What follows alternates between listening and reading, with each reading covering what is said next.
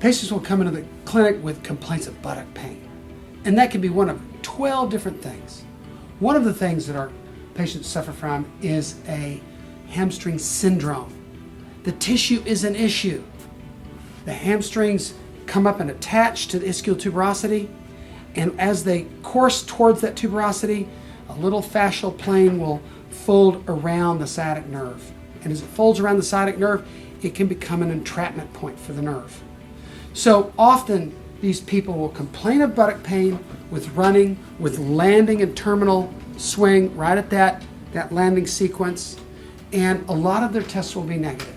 And we'll be able to pick up on this problem through a special test that stresses the sciatic nerve as the hamstrings contract, and it's usually in a more flexed position. In order to get this done, what we'll do is put the patient supine, then we'll bring her up to 90 degrees of hip flexion.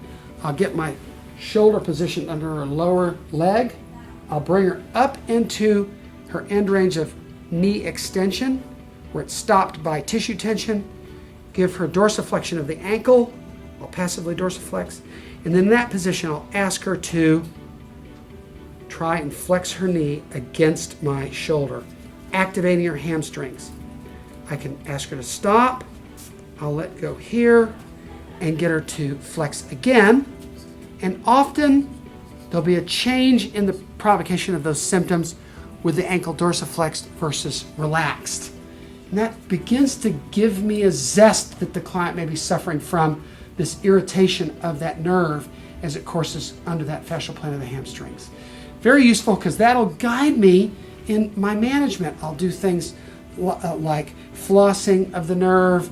I'll give her a change in her activity that will help reduce the stress of that nerve under the hamstrings.